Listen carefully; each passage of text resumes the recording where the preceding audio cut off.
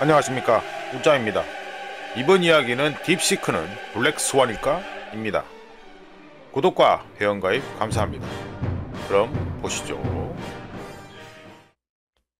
1957년 10월 소련이 세계 최초 인공위성인 스푸트니크 1호를 발사하자 우주 경쟁에서 우위를 점하고 있다고 생각했던 미국은 엄청난 충격을 받았습니다. 냉전 시절 지정학적 경쟁자가 발전을 역설계해서 미국을 앞지른 사건은 이후 수십 년 동안 미국을 충격에 빠뜨렸고, 최소한 대중의 인식 레벨에서 스푸트니크 1호가 발사되고 12년이 지난 1969년 7월 아폴로 11호 임무를 통해 역사상 최초로 인간을 달에 보내면서, 즉 미국이 달 경쟁에서 승리할 때까지 스푸트니크 모멘트는 계속 영향을 줬습니다.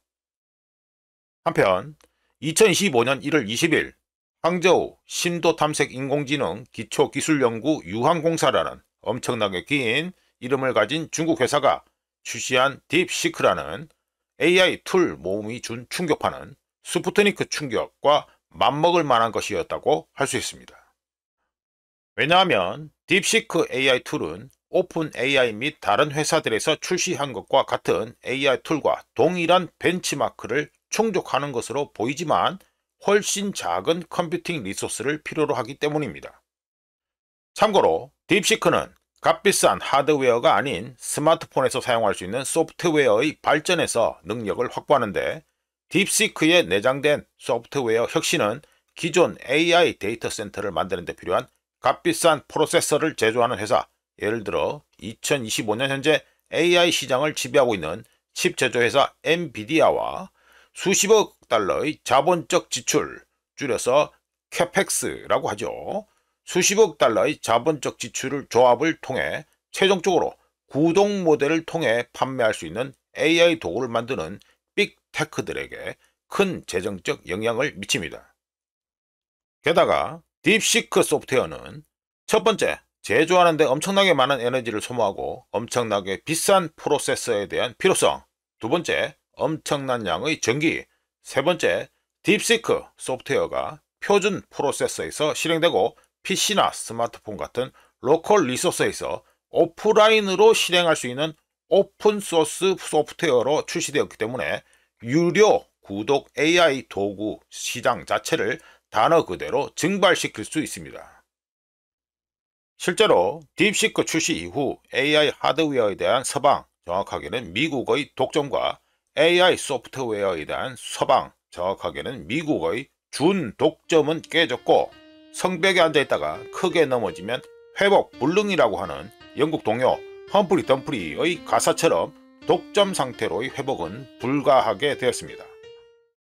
우짜는 딥시크뿐만 아니라 AI 업계에서 자주 목격되는 이론적 위험을 주의 깊게 참고한 후 딥시크 개발자들이 한 일은 압축을 통해 기존 AI의 끝 엔드에서 수행된 정밀도 손실을 가져온 후 학습 보상 프로세스로 옮겨 정밀도는 떨어지지만 CPU, 메모리, 코스트가 기존 대비 무려 45배나 적게 드는 작업을 수행한 것이라는 결론을 내렸습니다.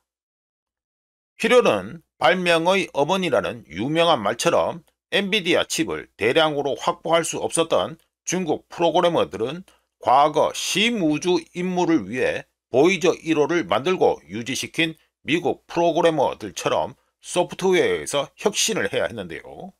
참고로 보이저 1호는 억수로 제한된 CPU와 메모리를 탑재했는데, 딥시크 개발자들 역시 소프트웨어를 영리하게 사용해 초고성능 처리 능력이 필요하지 않도록 했습니다. 역사를 좋아하는 우짜니까 옆으로 살짝 빠져보면 1977년에 발사된 보이저 1호는 저해상도 JPEG 사진 한 장에 불과한 총 69kb의 메모리와 초당 8kb의 처리 능력을 가진 작은 컴퓨터 세대를 탑재하고 있었는데, 미국 프로그래머들은 소프트웨어를 통한 영리한 해결법을 사용해 보이저 1호의 구성 요소 오류를 해결하면서 발사 후 47년이 지난 지금까지도 여전히 작동하게 만들고 있습니다. 그리고 딥시크에서 사용한 몇 가지 영리한 소프트웨어 기술이 보이저 1호가 응답을 멈췄던 2024년 4월에 보이저 팀이 사용한 해결 방법을 떠올리게 했는데요. 불량 문제 때문에 2024년 4월에 있었던 보이저 1호 수리 얘기는 나사나 과학 채널에서 확인하시면 되겠습니다. 한편 글로벌 경제 성장을 이끌던 견인차들은 사라졌다 영상과 뉴스 모험에서 하는 허접한 차트 분석을 통해 2025년 3월 초에 중요한 신호가 나올 것이라고 예상하는 우짜지만 딥시크가 AI 버블을 터뜨릴 블랙스완이 될 수 있을까에 대해서는 딥시크가 등장한 초반에는 회의적이었습니다. 하지만 딥시크를 살펴본 후 블랙스완 출현이 가능성이 아니라 필연적인 것처럼 점점 보이고 있습니다. 왜냐하면 어마어마한 에너지를 소모하는 데다가 값비싼 칩이 하는 일과 동등한 도구가 무료로 오프라인에서 독립장치로 실행할 수 있게 제공된다는 건 어마어마한 에너지 소모에다가 값비싼 칩을 사용해야 되는 유료 AI 툴에 자신의 소중한 돈을 지불할 정도로 착한 사람들은 없기 때문입니다. 기존 AI 툴의 경우 백도어로 몰래 집에 들어오게 초대해야 되는데 딥시크 같은 툴의 경우 그럴 필요가 없다는 장점도 있고요. 게다가 더 큰 문제는 AI에 많은 투자를 한 미국 빅테크 주식들이 미국 주식시장 전체 시가총액 중 약 40%를 차지하고 있고 전 세계 주식 자산이 미국 주식판에 집중되어 있다는 점을 감안했을 때 AI 버블이 터지면 전 세계 주식시장 버블이 터질 것이고 버블이 모두 터지면 전 세계 위험자산 버블도 함께 터질 것이라는 점입니다.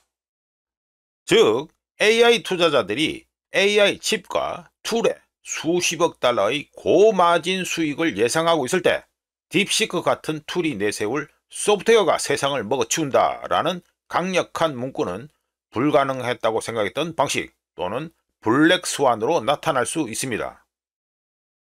딥시크의 접근 방식에 대해 어떻게 생각하든 AI 투자자들 이외에 다른 사람들은 오픈소스 툴박스로 옮겨가서 딥시크 같은 툴의 핵심 구조를 기반으로 자체 혁신을 개발할 것으로 예상됩니다.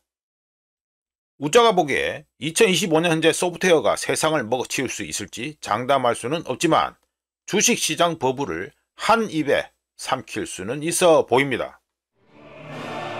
이상 딥시크는 블랙스완일까? 였습니다. 구독과 회원가입 항상 감사합니다. 다른 이야기로 또 찾아뵙겠습니다.